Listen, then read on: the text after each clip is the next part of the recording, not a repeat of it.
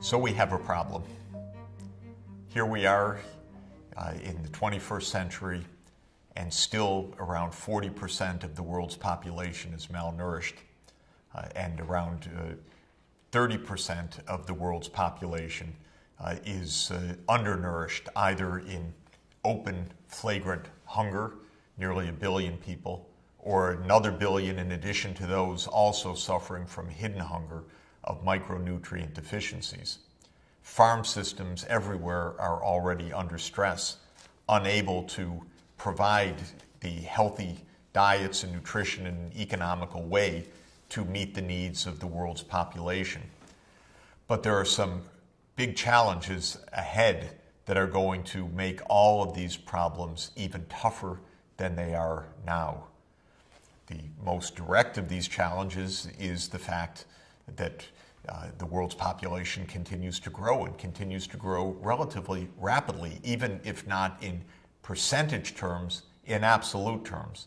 Every year, another 75 to 80 million people added to the world population. By 2025, we'll reach 8 billion people. By the early 2040s, 9 billion people. And on the current medium forecast of the United Nations we've seen, almost 11 billion people by 2100. At the same time that we'll be grappling with the challenge of feeding more and more people, the current food supply, which is already putting so much stress on the world's environment, is also going to be stressed by another couple of features. One is that for those parts of the world getting richer, the tendency, and we hope that it's a large part of the world, I should quickly emphasize, the tendency will be to add more meat to the diet, even too much meat for human health and well-being. But as meat is added to the diet, that is a kind of amplifier of the demand for grain production, because for animals like cows and pigs, which give us our beef and pork, for every kilogram of beef that we consume, there have been around 10, and in some farm systems up to 15 kilograms of feed grain consumed by the cow to produce the 1 kilogram of beef. So there's a huge amplifier as diets shift to meat in terms of the underlying demand for feed grains on the planet, and therefore for the total demand on the agricultural system.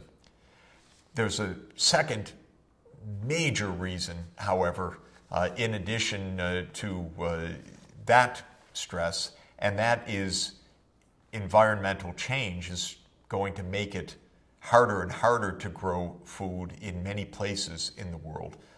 So much so that we can't really know in detail, but we have major cause for worry. I'd like to discuss those environmental challenges to the food supply, to the prospects for the increased food production that will be needed to feed a growing world population. These environmental threats, the risks, come in many shapes and forms. Start with climate change, the biggest of all. As the climate change is under the force of human emissions of greenhouse gases, we know that the changes in the climate are complex and for many parts of the world, at least, highly adverse for food production. Of course, the dominant form of climate change is warming. Warming of the planet that is already nearly 1 degree centigrade above the pre-industrial average temperature, but could, on our current trajectory, reach several degrees centigrade warmer than the pre-industrial Earth. Higher temperatures in general are going to be harmful for food production, but especially in the warmer regions of the world, and that means, ironically, especially in the poorest parts of the world. Crops face many kinds of temperature stresses, At high temperatures, crops may not develop at all. Seeds may become infertile. At higher temperatures, plant respiration means a net reduction of yields of farm crops. Higher temperatures mean faster evaporation of water in the soils and more transpiration of water through the stomata of the leaves of plants. Combining those two factors, the ecologists call that evapotranspiration, but it means that moisture and water on the earth returns to the atmosphere as water vapor at a faster rate, threatening the plants with the inadequate amount of water supply. So climate change threatens the soil moistures and threatens the productivity of crops as a result. Climate change, of course, means more than warming, we know. It means changes in precipitation patterns. Many parts of the world will become drier, and many dry parts of the world will find it extraordinarily difficult, perhaps impossible, to grow a crop. If the general principle that the dry places will tend to get drier and the wet places tend to get wetter is valid as a very rough summary of the effects of human-induced climate change, we can see the trouble ahead, because places that are on the margin of crop growing right now may find themselves pushed right over the edge, where the growing seasons are too short, the rainfall too small, the precipitation too erratic to be able to support farming in places where there are large numbers of people right now. We know that climate change also means rising sea levels. It means that places that are farmed right now in lowland areas near the coasts will be threatened.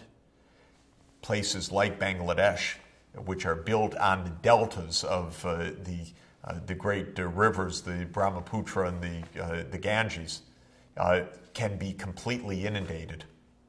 And not only will sea level rise essentially force a major loss of cropland in such areas, but it will also mean many more floods and storm surges of the kind that New York City felt when it was hit by Superstorm Sandy in the fall of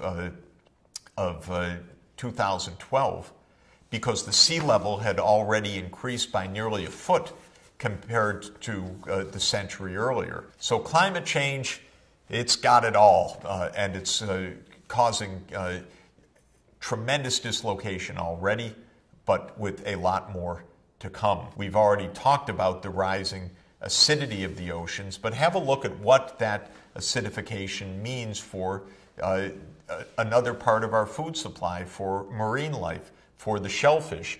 What you see here are tests of shellfish growing at different concentrations of carbon dioxide. And the higher the concentration, the smaller are the shellfish, because these animals with the shells or with other kinds of exoskeletons, with even the microscopic plankton that have calcareous shells, can't build their shells when the ocean is more acidic, which changes the chemistry for them to be able to have the normal development of their exoskeletons or their shells. And this is also already causing destruction of many highly productive estuaries, but there is a lot more to come.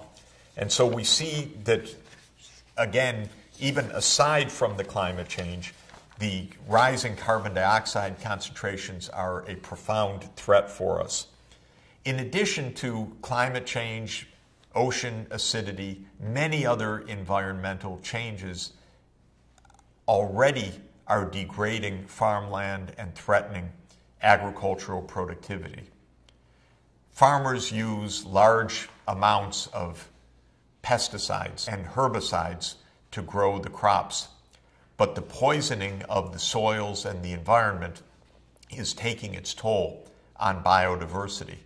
we're seeing a drop of significant biodiversity of many kinds of species, including pollinators, for example, like honeybees and other pollinators that are vital for crop productivity, for growing fruits and other kind of flowering crops. And this has led to alarming and so far, to an important extent, unexplained declines of biodiversity that we're going to discuss later on. But this is another major threat to farm productivity. Invasive species, meaning when species are relocated from one environment to another environment, sometimes intentionally because farmers have the idea that they'll plant crops that have been grown in other parts of the world. But when species are moved to new environments, perhaps not having the predators or the rest of the ecosystem that holds them in check, there can be wild spread of weeds, super weeds in new environments, or rodents or other kinds of pests and pathogens that overtake farms. We're seeing a lot of new pathogens emerging in many places, threatening major crops. And we know throughout human history that potato blight and other pathogens can devastate crops and devastate populations. Farmland depends on water, of course, rain-fed and irrigation. And irrigation is the farm system of choice for farmers when they can afford it, because it offers the chance of water control and multi-cropping years. In other words, rather than just one season depending on the rains, in warm climates there can be 2 or 3 growing seasons, doubling or even tripling the amount of production coming from a hectare of arable land. But the problem is that environmental stress also threatens our irrigated lands, because our current irrigation depends on rivers, on glaciers, and on groundwater, all of which are threatened now. Glaciers are retreating. As they melt under the warming climate, the short response is more river flow. This can give the impression of a boom even. The rivers flow as the glaciers melt in the warmer winter and spring days. But when those glaciers disappear, the flow goes from excess to zero, and it can be a devastating and dramatic loss to populations that depend on rivers fed by glacier melt. Many rivers have been so overused at this point, dammed and used for irrigation, that they're also not even flowing to the sea. And under the pressures of climate change, the natural forces will mean less river flow in addition. The Nile, for example, on which hundreds of millions of people depend, will have a most likely significant decline of river flow as a result of climate change. The Yellow River in North China, another vital waterway for China and for farmers that are in the Yellow River Basin, are experiencing the consequences of declining river flow in a river that no longer reaches the ocean. And groundwater that is pumped for irrigation, as it is in the U.S. Midwest, as it is in the Ganges Plains, face the terrible reality that the pumping to grow more crops for a growing population is taking place far faster than the natural recharge of those aquifers. The groundwater is falling, and when it falls far enough, it no longer can be the basis for agriculture. So the environmental threats ahead of depleted fresh water supplies, whether from the glaciers, the reduced river flow, or the depletion of groundwater, is another extraordinarily serious menace that threatens farming in many parts of the world.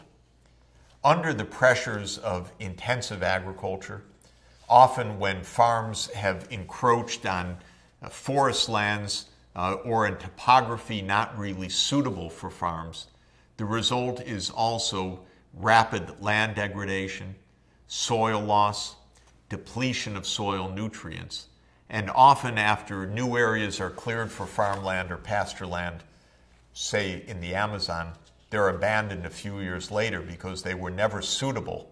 But the consequences are very high. There's been deforestation, loss of habitat, emission of carbon dioxide into the atmosphere. People have depended on a short-term burst of farm productivity, and then that farm productivity quickly diminishes and then disappears, and the farm is abandoned. All of this emphasizes the fact that farm systems, more than any other human activity, are dependent on the climate we know, on the hydrologic patterns we know, on the ocean chemistry we know, all of which are under enormous human change. The Anthropocene is creating a new world, and it will be a dangerous one. Of course, there are possibilities for adaptation. Of course, there are possibilities for more efficient resource use. But the inertia of the way we do things now and the instability that results when we have the collision of nature and our current systems, not leading to problem solving, but leading to crises and conflict, need to make us sit up and realize how big the challenge will be. It was hard enough feeding a planet, a challenge we haven't even accomplished with our current population and our current technologies and our current environment. But now when we consider the rising populations and the growing environmental stresses, we realize how big the challenges are that lie ahead.